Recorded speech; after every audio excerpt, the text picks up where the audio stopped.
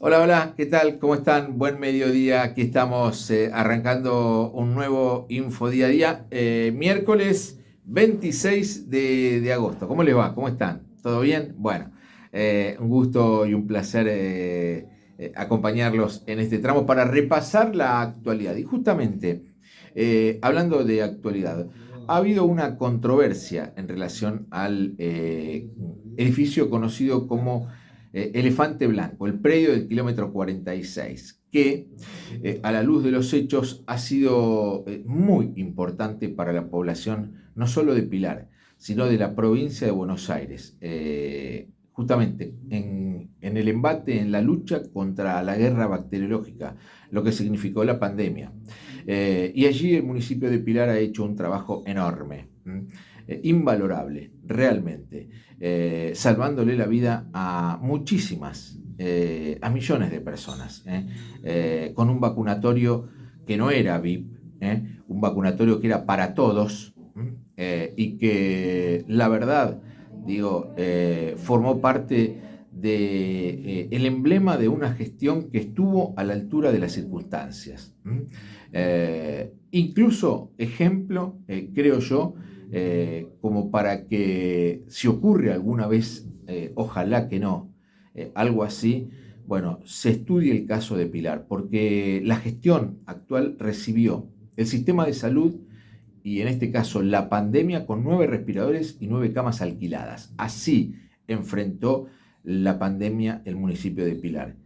Y en el medio de la pandemia, entre otras cosas, generaron una universidad y un hospital, más allá de este predio del kilómetro 46, que fue utilizado, en este caso, como corresponde, porque estamos ante una guerra, para dar respuesta a la gente, a la sociedad.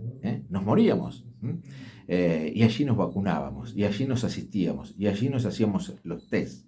Bueno, ha habido una operación periodística política de magnitudes. Pero fíjense, en realidad, ¿cómo quedó el predio cuando la municipalidad lo cedió como pidió la justicia a su dueño? Fíjense, porque este es un testimonio más que importante. Lo vemos.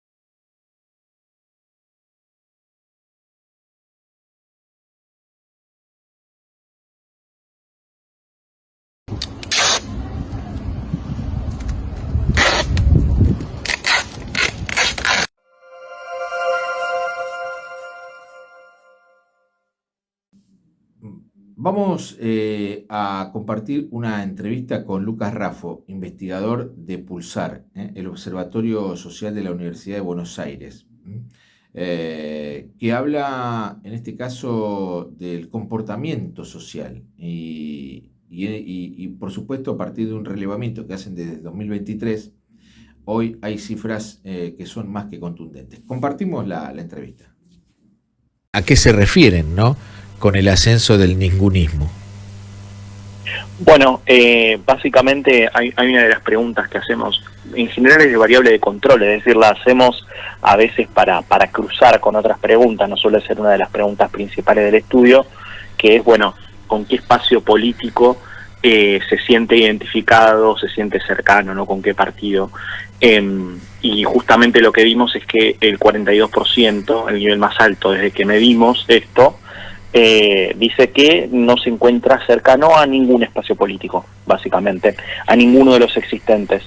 Y eso, digamos, es lo que llamamos ningunismo político, esta fracción de la población que no se siente identificada con ningún partido o espacio, y que además es importante porque se conecta con otro indicador que fuimos viendo en este estudio, que es el crecimiento además del desinterés de la política, ¿no? La caída del interés de la política, que ese número es del 63%, ¿no? Entonces me parece que hay un fenómeno combinado donde la política empieza a interesar menos, y además se debilita el lazo, ¿no? con la oferta partidaria, con aquellos espacios que de alguna manera lo que persiguen es la representación social.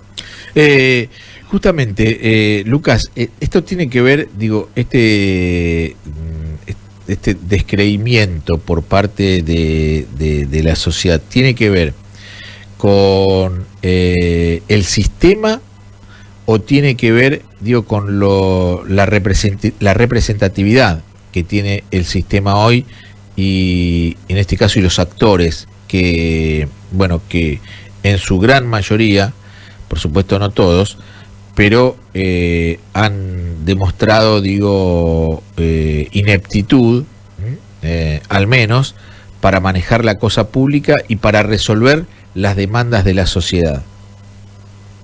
A ver, hay un debilitamiento de la política en general porque esto se observa a lo largo de otras preguntas del estudio, inclusive no necesariamente vinculadas con la oferta política. Por ejemplo, 8 de cada 10 argentinos considera que la política no es un factor que le defina a uno si una persona es buena o mala, claro. Lo cual es un dato positivo, ¿no? Ahora, en general creo que tiene que ver con las etiquetas partidarias. Digo, lo que está también en cuestión fuertemente es el lazo del argentino con las etiquetas partidarias que organizan, ¿no? De alguna manera la vida política. Eso es lo principal. Después, cuando no está en este estudio presente, pero lo hemos hecho en otros años y sabemos que ese número sigue estando robusto, no ha caído el apego del argentino por la democracia, sigue considerando en su mayoría que es el mejor régimen disponible para resolver los conflictos. Puede tener algunos matices a la hora de calificar a la democracia argentina en función de su eficacia, pero creo que lo que está más en cuestionamiento es la relación con la política y los políticos, entre paréntesis, digo, con el argentino, ¿no? Sí, claro. Creo que eso es lo que está más cuestionado hoy. Sí, el desprestigio que los políticos han sabido ganarse a partir, digo, de su comportamiento y el desempeño, ¿no? De las distintas responsabilidades a las que se han comprometido y que no han cumplido, ¿no? Con las expectativas. Eso también es una realidad, pero también es un dato positivo esto que decías vos, que la gente aún, digo, con la defraudación por delante, sigue creyendo en la democracia, ¿no? Y ese es un valor, digo, como para tener en cuenta. Claro. Sí, porque de hecho cuando vos, digo, en este estudio sobre todo las preguntas que por ahí hacen referencia a tolerancia, convivencia, digo, moralidad, etcétera, sí. y algunas preguntas que no están en esta entrega, pero están en las que vienen del mismo estudio, no significa que hay apatía, falta de posicionamiento, sino que el argentino tiene valores, tiene creencias, digo, tiene cuestiones arraigadas. El problema está en el vínculo con la oferta política. Claro. Creo que está ahí el nudo de la cuestión, no es algo más sistémico, si se quiere, o en general. Pero bueno, es algo para prestar atención, porque de vuelta, ¿no? El año que viene tenemos elecciones y ese ninguno se puede expresar de múltiples formas. Se puede expresar a través del enojo, se puede expresar a través de la ausencia, y cada uno de esos comportamientos puede tener consecuencias completamente diferentes, ¿no? Vamos a escuchar a una actriz como Araceli González hablando de la caída del consumo. Esto dice esta actriz y empresaria. Lamentablemente todo lo que es empresa pyme, grande, chica, está sufriendo muchísimo en todo porque Bueno, porque la economía del país y el bajo consumo hace también que sucumban las empresas que no tienen red para poder sostener la empresa. Entonces Flor amaba eso junto con su amiga del jardín, hicieron esta marca, la sostuvieron 13 años con sudor, con mucho amor, haciendo productos maravillosos. Y bueno, hay un momento que ya no se puede más. Y es triste porque son más de 30 pymes, empresas que han cerrado en lo que va en este último tiempo.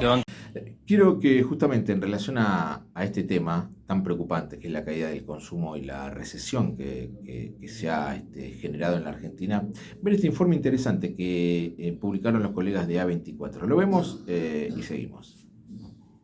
¿Por qué no se puede criticar y fuerte que la gente perdió poder adquisitivo, que eso la hizo endeudarse? Porque estas cosas también pasaron. Si vos agarrás cuánto ganaba la gente a final del 2023 y ahora, y el poder de compra se redujo. Pero además lo explicás por otra razón.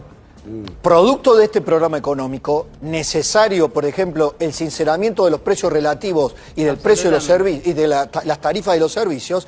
Antes, corregime, durante el kirchnerismo, los servicios públicos se llevaban el 6% del salario. Claro. Hoy representan el 15% del salario. Sí, Entonces, la diferencia entre el 6 o el 15 o más te representa una baja en el consumo. Ahí no tengo para consumir. Y además, el gobierno, este gobierno, te explicaba el año pasado, un poquito antes que esta altura, porque a esta altura del año pasado ya había un poco de ruido, que el crédito era lo que iba a motorizar el consumo interno. No, claro. Y que no íbamos a tener este problema que tenemos. Y lo que pasó es que el crédito llegó, pero los salarios no se recuperaron. No, pero además, Ceci, en abril del año pasado el presidente dijo la economía va a crecer como pedo de buzo. Fueron palabras textuales que usó él.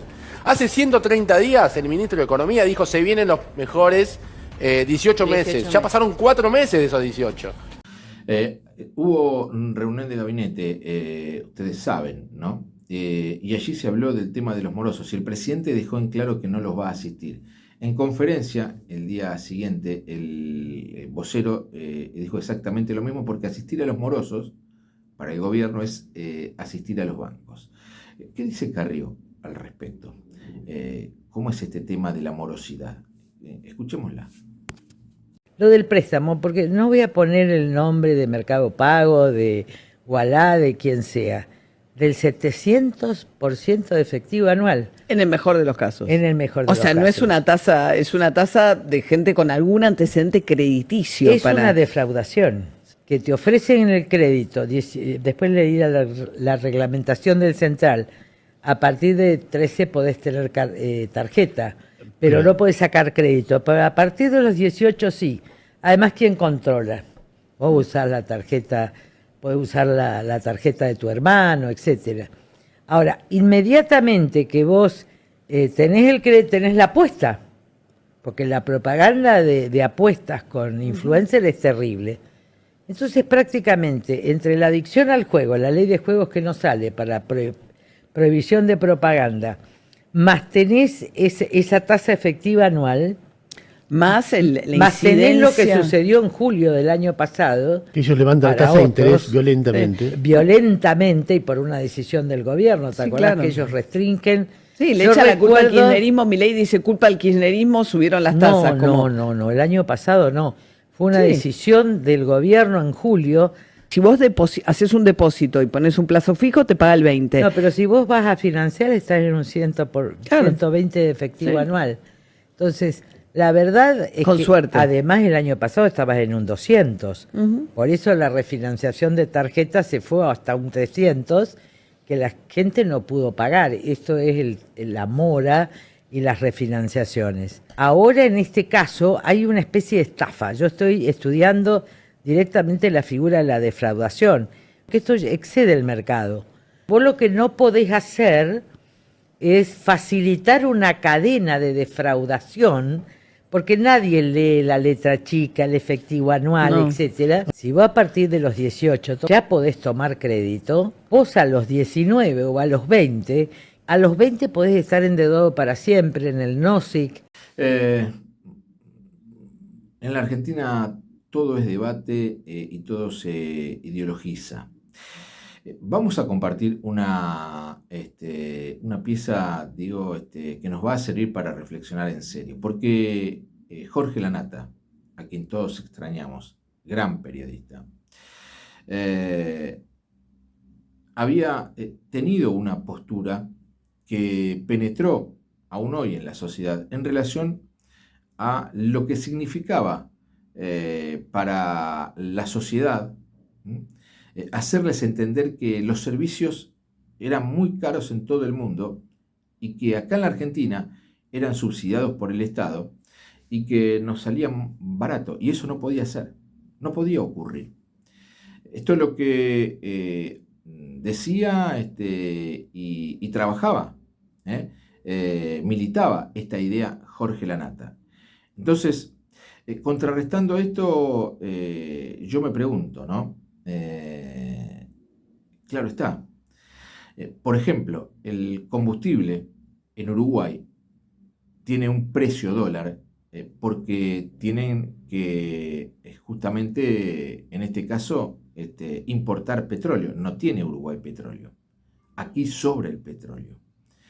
En Uruguay no tienen vaca muerta. Por eso tienen que importar gas. Bueno, y así sucesivamente. Y como pasa con Uruguay, pasa con cientos de países a lo largo y ancho del planeta. Nosotros tenemos los recursos naturales. Ahora, ¿por qué nosotros tenemos que pagar lo que, pagan en Uruguay el combustible, si en Uruguay tienen una lógica? Que no tienen petróleo de nuevo y lo tienen que importar. Y acá a nosotros no tenemos que importarlo. El crudo lo tenemos en nuestro territorio. ¿Se entiende? Es una cuestión ideológica, porque en definitiva ese supuesto subsidio tiene de ganancias no el Estado, sino el privado, y nosotros lo soportamos con nuestras cargas impositivas, que hoy siguen siendo tan brutalmente altas como en el pasado, contradiciendo, el relato del colega Lanata. Lo vemos. ¿En qué país el Estado le paga a la gente la luz? ¿O le paga el gas o le paga el bondi? Yo no conozco ninguno. Bueno, acá durante 12 años se le pagó a la gente la luz, el gas y el bondi. Ahora tenemos un quilombo con esto, que es un quilombo grave, y que yo no creo que se pueda destrabar de un día para el otro. Pero primero pensemos qué lo originó, porque si no, nos van a seguir pasando cosas en las que nunca pensamos. Nosotros durante 12 años pensamos que era normal. Nos cagamos de risa, me llegó 15 pesos de gas, buenísimo. Bueno, no era normal, porque lo que pasa con esto es que esto es plata, alguien la pone. O la ponemos nosotros, o la pone el Estado. Si la pone el Estado, se multiplica la inflación. Si tomamos deuda, se multiplica la deuda, pero es plata, o sea, lo que no pasa es que el gas, la luz o el bondi sean gratis. No son gratis.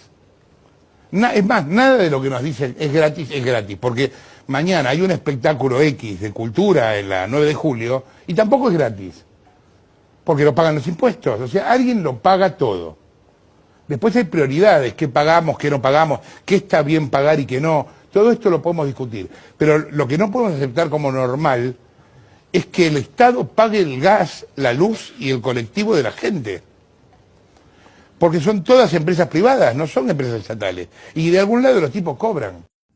Nos vamos, hasta aquí llegamos. Gracias como siempre por acompañarnos, han sido muy amables. Para el final les dejo una perla. De nuevo, la reflexión, ¿no? El presidente en campaña decía que iba a quemar el Banco Central, ¿se acuerdan? Hace algunos días se pronunció al respecto. Y el discurso se contradice con lo que pensaba hace algunos años atrás. Lo vemos y con esto nos despedimos. Chao, que tengan un gran día. No le vamos a dejar pasar ese proyectito de independencia del Banco Central, porque nosotros vamos a quemar el Banco Central. Donde explico la reforma del Banco Central, donde básicamente el Banco Central va a volver a tener como misión fundamental preservar el valor de la moneda. En José Cepaz reforzamos la seguridad con operativos nocturnos, un trabajo conjunto entre fuerzas para la protección ciudadana, sumada a patrullajes permanentes en cada barrio todos los días. José Cepaz crece. Tributo por seguridad e higiene, vencimiento 31 de agosto. Tributo por conservación de la vía pública, primer vencimiento 10 de agosto, segundo vencimiento 24 de agosto. Pedí tu recibo por WhatsApp al 113-878-9504. Municipalidad de José Cepaz.